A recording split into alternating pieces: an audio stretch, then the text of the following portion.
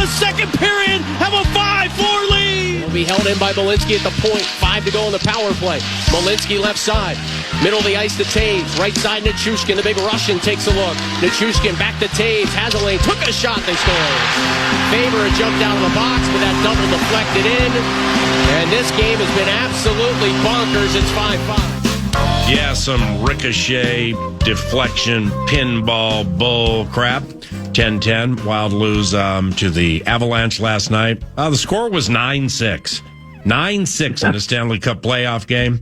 Most goals the Wild have given up in the history of said teamers. Pat Micheletti, Elite Hockey Mind, Mick Tockett, at Pat Mick2626, at Pat Mick2626 via X. Paint with a broad brush, my friend. What the heck happened last night? Well, obviously it was a very, very strange game. The way I assessed it is that, both teams, I think, wanted to get into their structure of how they play, but neither team allowed the other team to do that, because when you get down a goal or down 2 goals or 3 goals at one point, you're going to try to want to get back into it. And did.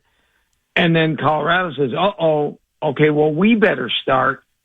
And then they go and they score again or 2. And then, it was a game where neither team allowed the other team to get into their structure. I think it frustrated both teams to a certain degree, or both coaches from that perspective. But that's just how the game played out. And, I felt sorry for both goaltenders, because there were egregious mistakes from both teams and stuff that we never, ever see. And so that's the way it played out, and that's why we had the score we had. Hey, Pat, I don't know if you heard Bruce Boudreau on with his last segment, but he was kind of talking about just, day after, reviewing the tape and focusing on goals against, et cetera. Is there any element with Wild and Avs where they just say, this is so uncharacteristic, this is such a freaking zoo of a game, so chaotic and bad in so many spots, we're just on to game 2. Maybe frustration in both dressing rooms. Yeah, I think to a certain degree, Nordo. But they're, they obviously, they'll get back to the basics of, okay, what does Colorado do through the neutral zone? How often are they, adding their defensemen to the rush? And, what side of the ice do they like to get the puck to? Things of that nature. How's their forechecking? They'll get back to the realities of how the game is played in this era. And, so they'll look at that. As far as the other stuff, they'll probably throw it out, because these guys all know that, okay, I really can't be doing this in this certain situation. And so they will, they'll remind them, and they'll put it in their heads, and they'll get back to playing the way that this game is played in this era. PA referenced in the open some comments by Nazem Kadri last night. His goal among the 9, I almost get lost. I think it was 7-5 after he tallied. So kind of the idea, and I heard a bit of it on the TV broadcast as well, that they were kind of judging or providing commentary on the angles that Wallstedt was taking. There was also the idea of a couple of goals that were above the pad, under the glove. So some questions regarding Wally. And then you got Kadri saying, I've done a lot of research on this netminder. What do you make of Wally's game 1, and how does he bounce back tomorrow night? Well, I didn't think he had a poor game. I thought on one of the goals, and even then, I thought, well, he couldn't see the puck, right? On one of the Makar goals, okay, there were 9 goals, okay. So I think on the Makar second goal, where he beat him I think it was to the blocker on the left. He was a little bit too far to his left. Okay. And the reason he is because he had three guys in front of him and he had to find the puck or look to see where Makar was on the shot. And then he beat him to Volsted's right. Okay. And so, but was he a little bit out of position there? Yes. But there was look at the Hughes goal. I mean, Wedgwood had no, he had no clue where the puck was. Yep. And it goes top shelf. And so there's a lot of traffic in front of both goalies, on those shots. Malinsky, Malinsky is his name. Yes. The kid from Lakeville, same type deal. So there were just crazy plays that happened in the game last night, and that's what we got. Can I want to ask you one thing? This is probably a super dumb question. So on Devin Taves, when he ties it up right after the penalty on Faber expires, I believe that's the goal that shatters McCarron's stick and kind of does maybe another deflection after that. Functionally, are you teaching, is it better that McCarron is reaching his stick out to try and block that shot, or would you prefer that he does not and allows maybe one less opportunity for that thing to get wonky towards net? You don't want pucks to get to the net, and McCarron did nothing wrong. Okay. It was completely unfortunate, and again another quirky goal, right? And but no, that's exactly what you want McCarron to do, and if you look at John Hines' expression after that goal, he's like, "What do you do? What do you do?" And you just take the lead, and that happens. So again, there's just nothing you can do about that. Mick Tocchet. The Avs can be dazzling for sure, but they also they also make silly mistakes, don't they? For sure they do, and you can get to them because they are a high risk team. I think we talked about it last week, or the last time we talked, PA, is that they take things hard to the net. They go fast, hard to the net, and they're susceptible for turnovers, for giving up odd man rushes, and so they their game is to play at a frenetic pace, and we saw that last night, and they are a north-south team, and they go, and so. You just can't get caught up in that because you will get caught, as we saw in the Blankenberg goal where Foligno tried to stuff it in front of the net, and we had 3 or 4 guys there. All of a sudden, it's a 2-on-1 the other way, and Blankenberg pretty much has an easy goal off a great pass from Nichushkin. So. You got to play a little bit more in control against these guys and not get beated into their to the pace that they want to play and the style that they want to play. Well, they the point to reference here is, in the first 6 minutes of the game, first 4 minutes of the game, they had more drop passes in the slot and around the goaltender than I think I've seen in every single NHL playoff game this season. They're so confident with who's going to be where and why with those drop passes. But then the Landeskog drop pass to McKinnon at the blue line, that was foolish. And it led to a 2-on-0 for the Moose goal. So just sometimes these guys skate around willy-nilly, sometimes trying to show the world how skilled they are. And they're super skilled, but there are chances to be had. That's why if you play a disciplined game and play the structure that John Hines has instilled in this team, this is a very beatable team. But again, you just have to stay disciplined against them because you're 100% correct, PA. in what you just described. They will make those mistakes, and we saw it. And it was, as you said, literally a 2-on-0. Nick Foligno just pulled up a little bit and let Marcus go in and finish the deal. And so yes, they are gettable, and I'm sure that will be a main topic in their meetings today, is to just stay disciplined.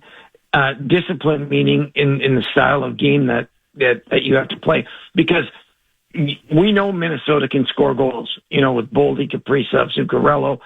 We know the names, Hughes and Faber and all these guys, right? They're all capable of being able to score. And so if they can just stay within their structure, this is going to be a long series. All right. Well, you mentioned Nick Foligno, and when it was 4-4, Husey makes it 4-4 with 6.5 to go in the second, and he shakes on Blankenberg the same way he did Brock Nelson. I mean, it just seriously, it wasn't ankle breaking, but they didn't know when to stop or when he was going to stop. So beautiful. Nick Foligno was the MVP of the Hughes play in that he wins a puck battle while double teamed. He's able to hold the zone and then provides a massive screen on the goal. So the Beefeater came through last night. Yeah, he knows his role, and he does it very, very well.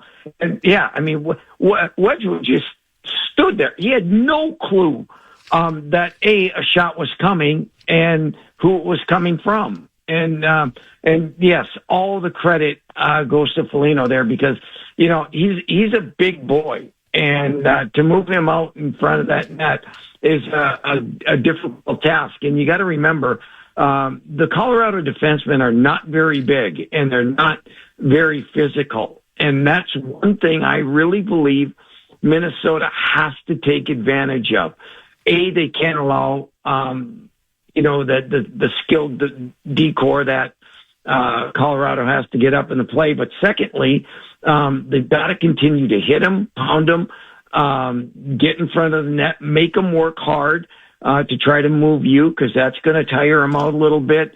And so, our big guys, the McCarrons and Folignos and, guys like that, really got to, and I thought they did a great job. I thought they were one of our best lines last night. So they have to continue to do that throughout this whole series. Despite some success on faceoffs last night, Pat, in the 5-on-5 specifically, they were getting super clean looks right off of the draws. Yep. And I don't know if that's back to structure, but is there anything that they do especially well that puts Makar on a freaking silver platter off that one draw last night? We saw it a few other times, just immediate dangerous chances. What are they doing? What are we doing or not doing?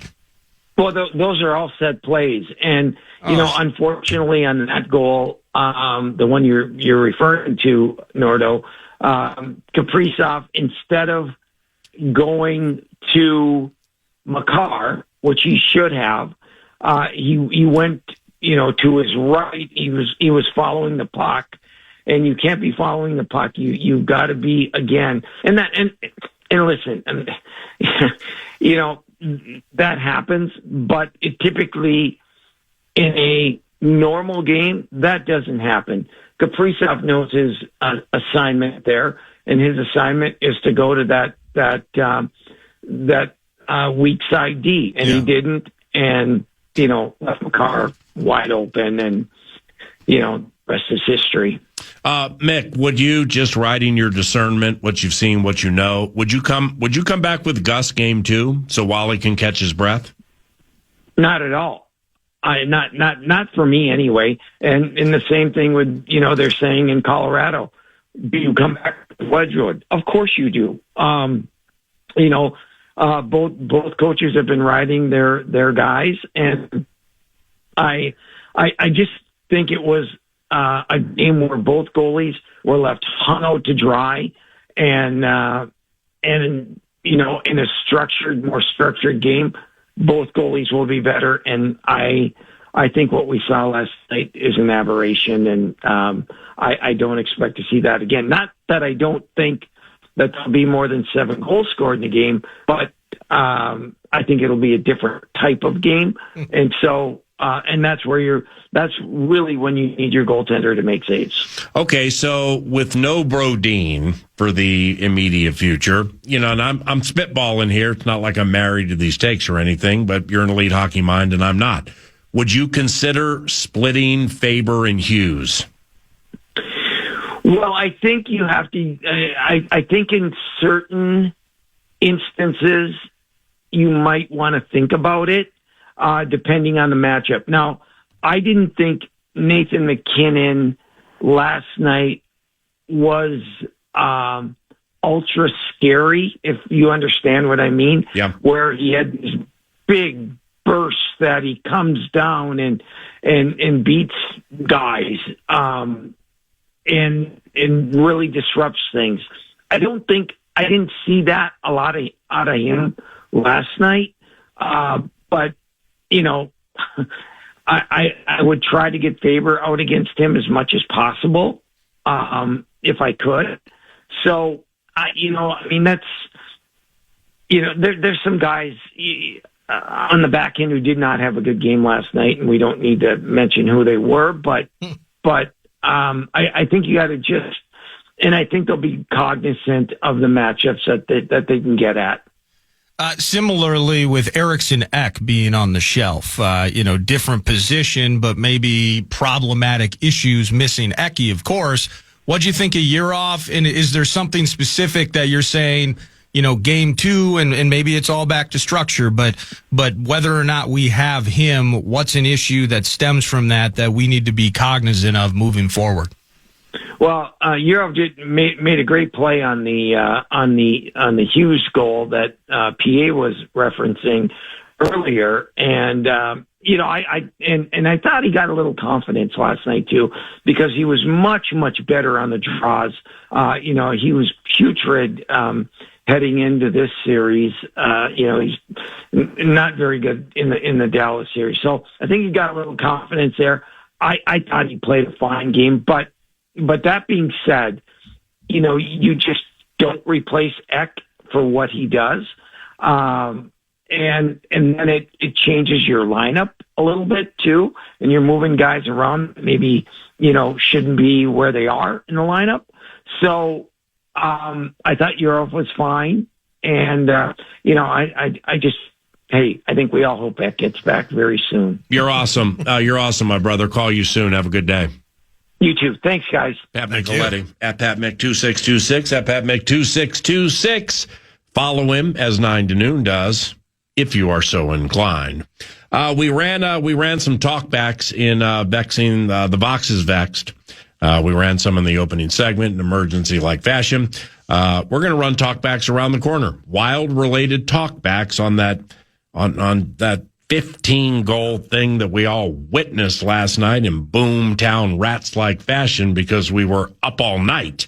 So we're going to fire some talkbacks next segment, then News du Nord, then PFOX, and we're at the midway point of the Monday presentation at FM 100.3 KFAN. And now it's time to give away some money. Good morning. The Fan and BigDeck.com want to give you a shot at some bonus bucks with the National Cash Contest. Go to KFAN.com, enter the keyword cash. You might win. You got a chance to win with the keyword cash. Enter it at KFAN.com. Fan.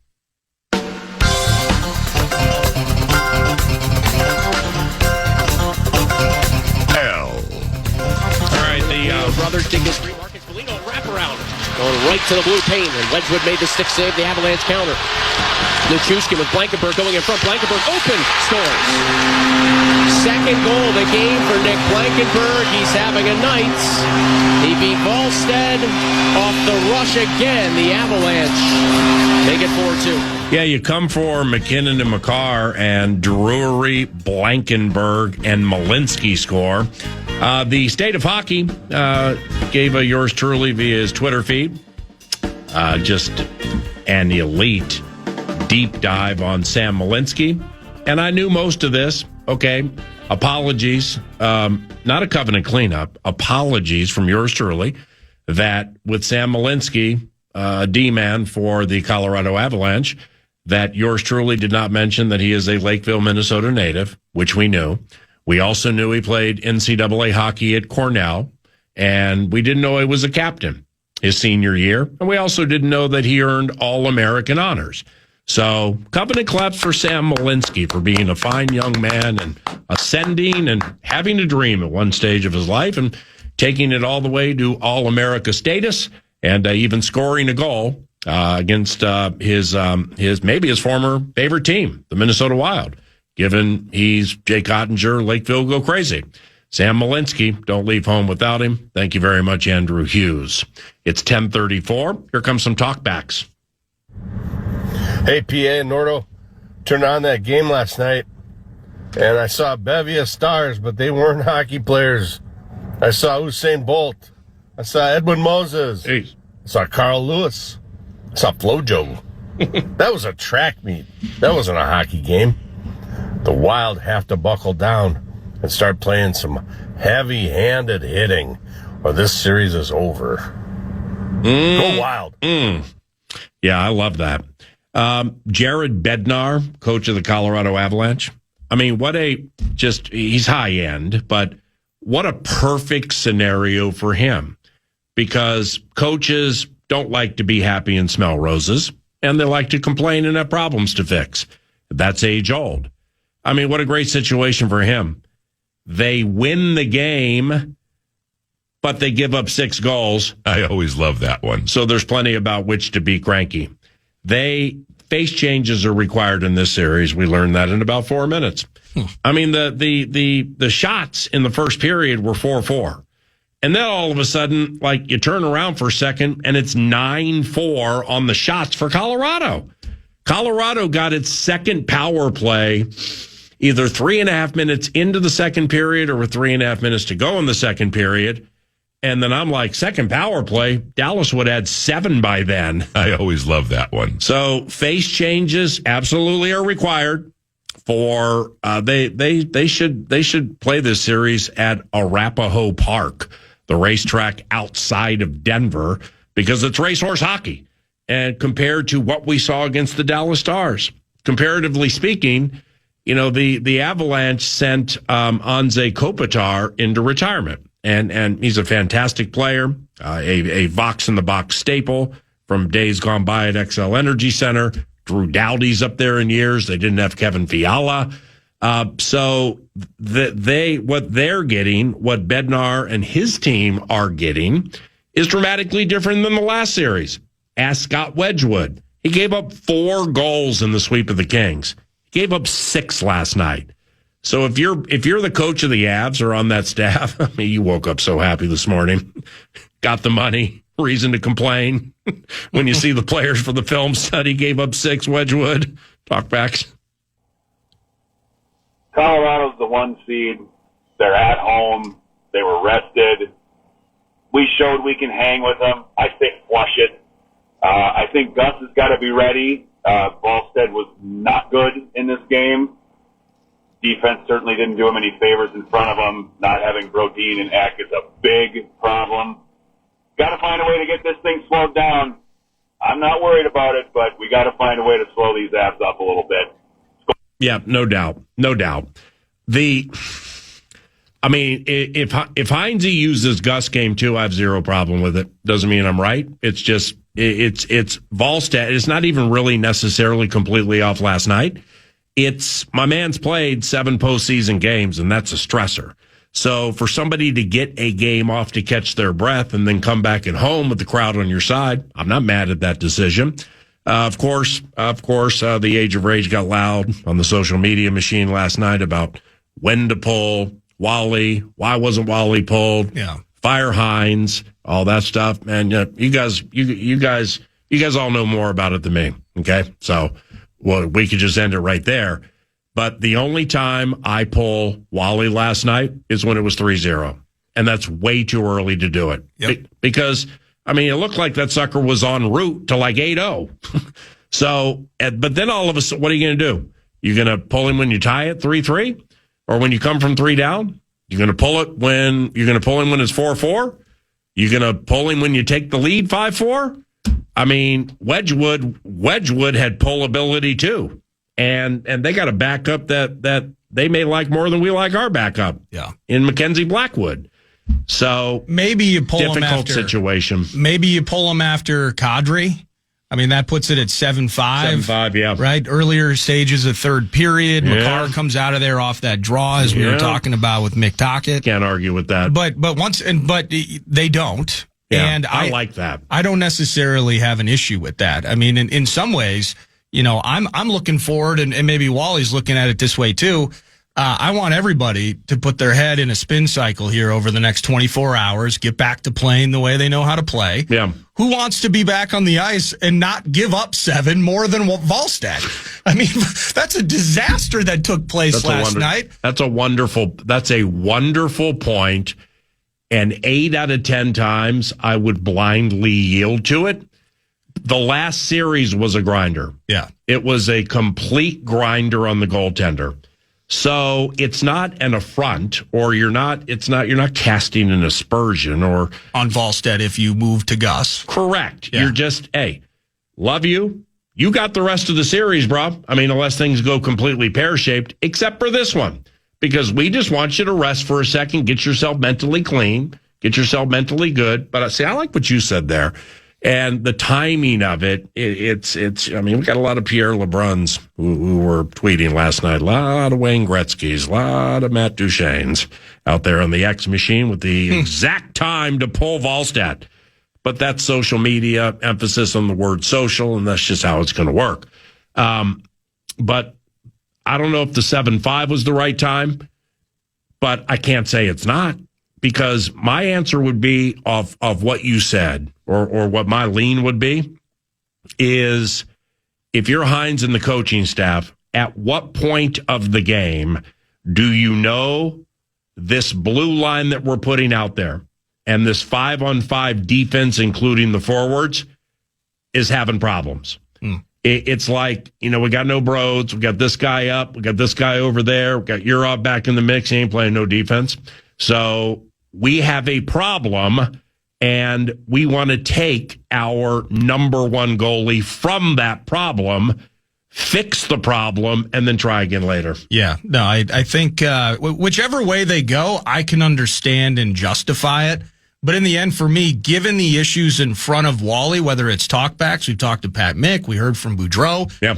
I think everybody can kind of trust their eyes and say, there were moments where Volstad was not great. Yep. In fact, maybe there are 3 or 4 maybe he wants back. Well, I think he has to stop the Malinsky goal, the first one. I mean, I agree with that. There wasn't a screen. It was a snipe. It was hard. I get it, and I never played goaltender. But nevertheless, that was a stoppable shot. Everything in front of him looked awful at times, too. And so trying to balance that, it'll be fun to see which way Hines goes. I don't necessarily have the true complete answer. I think I do, but this was interesting because Nietzsche does this all the time. Hey guys, PA Nordo. Hey, Pat, I got a question for you. On back skating into the offensive zone, why is that not called offside? Oh, jeez.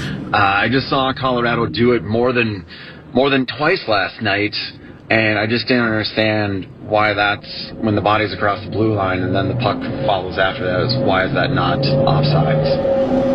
I will hang up and listen. Have a good day. Yeah, that's great. So I didn't see the talkback until after we had ended the segment with Pat. So what I did to you, talkbacker sir, thanks for listening and thanks for sending that. Mm-hmm. I called Patrick, and even Patrick said, I'm not exactly sure. Why is back skating when? Into the offensive zone. Thank you. And so what I was able to gather is if you have full possession of that puck, then that your body then kind of becomes that. And so as long as you have full possession of the puck, you can back into the zone. Well, where'd you get that? Who told you that? I Googled it, and AI, let me see here, via Wikipedia.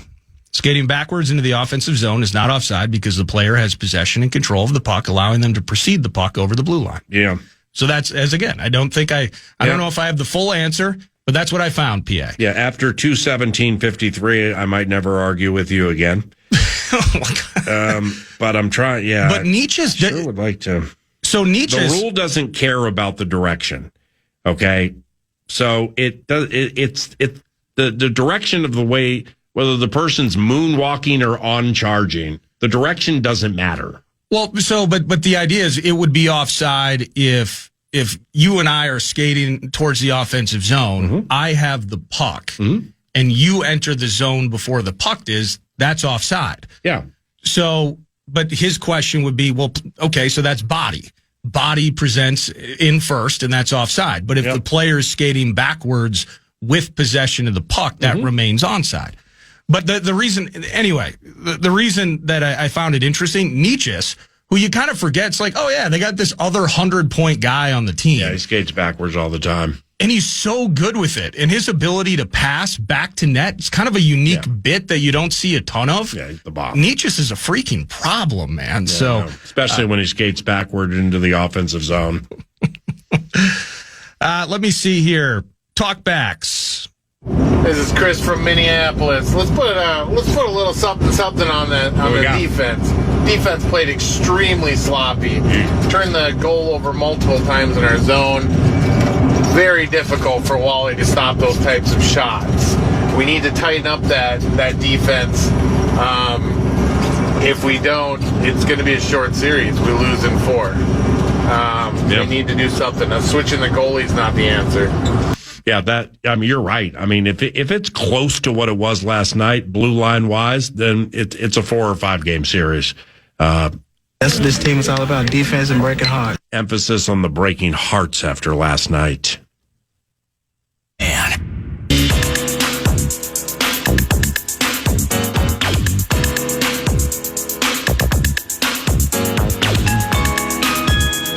It's News du Nord, brought to you by The Casino at Canterbury Park, CanterburyPark.com. And that's where you go to find out all event details. Cool derby party that just took place this last weekend. Live racing is going to kick off. I think that's the Friday, the 23rd of Memorial Day weekend. I say I think. Well, we can both know by going to CanterburyPark.com. Poker, blackjack, and table games, feeling the felt all year round as well. It's a party in Shakopee. Go to Canterbury. We'll start here. You know what? I wasn't going to start here, actually, but I will since we're talking about horse racing. How about that Derby on Saturday? As they make their way to the top of the stretch, Further Ado is getting going on the far outside with Commandment. They're both putting in their runs as they arrive into the final furlong. O'Sally is also gaining ground on the far outside as they come to the last 16th of a mile. Denon Bourbon in front. O'Sally, a huge long shot. Renegade and Golden Tempo are closing too. Here's Golden Tempo.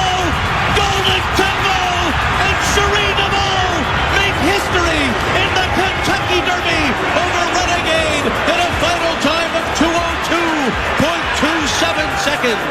Yeah, crazy. And it was a brotherly affair, by the way. I think it's Jose Ortiz who was running the winner. That was Golden Tempo, and the odds closed 23-1 on said winner. And fun if you can jump to YouTube and look at the path. It's kind of cool how NBC does it. They'll show you the path the horse took to get to the finish line. Very cool. What a freaking ride by Ortiz. Yep. And, oh, by the way, right behind him, the favored horse, Renegade, at 5-1. No big deal. That was being ridden by his brother, Irad. Yep. Maybe like 4,500 wins in his career. So it was brother and brother, kind of giving each other crap once they finished the race. And then in third, it was O'Sally, 70-1. That's the worst ever. The 22 horse. And so in terms of payouts and in a race that seems almost seemingly year to year getting tougher and tougher, even for experts and elite horse racing minds to truly handicap and find the right answer, a 50-cent trifecta with the 19, the 1, and then O'Sally, the 22 horse. A 50-cent trifecta paid $5,600. Jerk-ass! With the 23-1 and the 70-1 shot in there. Jerk-ass! Notable, I believe, the trainer of the winner, Golden Tempo. It was the first female trainer whose horse to win would go on to win the Kentucky Derby. But Jose Ortiz, what a weekend for him. Wins the Oaks on Friday. And I think it was Ortiz, basically every single one of those races. And then finding the Golden Tempo victory on Saturday. Cool weekend in horse racing, wasn't it? Not to get too deep in the weeds on horses' trips in the Kentucky Derby, but that is the number one trip-based race of all races. I mean, it's the most popular race in the world, and you got 20 of them. Renegade The Renegade who had it made. He was so by far the best horse in that race. Everybody who formulated Renegade-related opinions, you should have gotten paid, but what came to fruition was when you're pinned on the inside like that and you got some trouble early in the race and you have to circumnavigate and take the circuitous route, that cost you. And that horse Renegade had trouble enough where if he had 5 problems, if he only had 3, he would have won that by 3 lengths. So on to the Preakness, and Jose Ortiz indeed swept the Oaks and Derby. Think he might be the first one to do that, maybe not. And the Ortiz brothers won 8 of 11 races Oaks Day, went 1-2 in the Derby. I mean, it's good to be an Ortiz right now. Hey, really dumb question, but the way we talk about analytics in sports in general, are there elements of it? Yep. This goes far beyond past performances. Yep. But is there a way people can kind of in some ways use that, as you were talking about, trips, specifically in the Derby, where it's fast start combined with post position, a late charger, like a Golden Tempo, apparently. Again, I'm speaking, I don't know these things as an expert. I got you. But can you really dig deep into the analysis of post position combined with, 2 furlongs to go and here's where you are, what that type of ride, like maybe that's a jockey study of where I am at what stage in the race based on XYZ conditions means I do this and I might find success. It's an elite question. In fact, there is one analytical term that played big this weekend. The expected suppression of my bankroll. Welcome back to the show. And got so stuck after Oaks Day and through the first half of the Derby Day, I picked Golden Tempo second behind So Happy. And then I'm like, this thing's wide open. We ain't going to be getting any money back with So Happy. So I actually had a decent little win bet on Golden Tempo. Oh, sweet. Still didn't get all my money back because of the expected suppression rate. Yeah. So that's about the only analytical bent that I have from the Derby. To the Minnesota Twins, they split over the 4-gamer they just had at Target Field with the Toronto Blue Jays. Sad news yesterday where they win but they lose 4-3 the final at Target Field. Twins beating the Blue Jays, but they lose as in they lost to Joe Ryan after just 9 pitches. So Joe Ryan with elbow soreness leaves from the mound after just 9 pitches. I heard some audio from the power trip. I couldn't find it in our system, so it's somewhere and I missed it. But just kind of the idea, they're going to take a look at this thing. We may find out more in the next day or two. But off day today, getaway day, if you will, I believe. They're in D.C. to take on the Natties starting tomorrow. But that's just awful news with Lopez already on the shelf and just the back soreness and kind of the spring training grind that Joe Ryan had. He's mad he's snubbed from the U.S. team during the Classic. So, and now this with the elbow soreness, just tough news for Twins fans. Think about what I just said. I was so stuck this weekend after I won my first 2 bets. And these 2 days, for those who have worked in it 30 plus years like me, these are 2 of my favorite days of the year. Breeders' Cup's too hard. These 2 days are majestic and beautiful. I hit my first 2, including one with Uncle Ed Stefanski, Bubba. He had a winner on Oaks Day at Mid-Churchill Downs. So Ed got me good. I lost 13 consecutive. Think about what I just said. I had a win bet on Golden Tempo, who was 23-1. And still lost for the weekend. Why don't you give me half the money you were going to bet? Then we'll go out back, I'll kick you in the nuts, and we'll call it a day. Opening day, Memorial Day weekend, watch, wager, and win. Canterbury Park live racing is almost here. Can't wait. Almost here is game 1, and podcastable shortly after the show will be Chris Finch, who joined PA during the first hour. Spurs, 13 and change, point favorites tonight. We'll be playing maybe some audio during the post game, some conversation around Anthony Edwards, who was upgraded from the abyss to questionable into the game tonight. Io DeSumo, also questionable. Needing those guys back, also weighing the future and any implications upon playing now, if you're wondering about the health of Anthony Edwards. Fun series. We'll dig into the how, of course, with Parker next hour. So I don't mean to just move on like it's nothing. Really pumped for this series. Sixers and Knicks. Neat. So Sixers come back. I think it was 3-0, or maybe it was 3-1 and they came back. But Sixers playing the long game. We got Paul George suspended, Embiid, health watch, the whole thing. They found their way into a first-round series with the Celtics and did their best to best the Celtics, and they do. No Tatum, I believe, in Game 7, but the Sixers handle business. Now it's Embiid and Cat. And Cat's had a wonderful postseason. With the Knicks coming up, that's going to be a fun series. Hopefully we can pick Parker's brain about that one as well. But very fun series. I know we're locked into Wolves, and we should be. Yeah. But Sixers-Knicks is going to be freaking awesome. And Pete Fox is here to talk about that and the Wolves and the Spurs when we return to 9 to noon at KFAN.